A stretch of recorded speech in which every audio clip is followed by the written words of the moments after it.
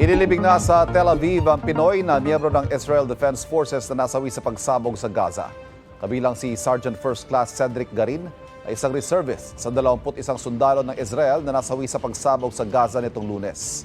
Sa gitna yan ang nagpapatuloy na bakbakan ng Israel at grupong Hamas.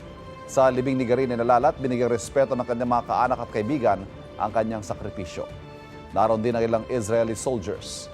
Nauna na rin nagpaabot ng pakikirama ang Embahada ng Pilipinas at Israel sa mga naulila ni Garin.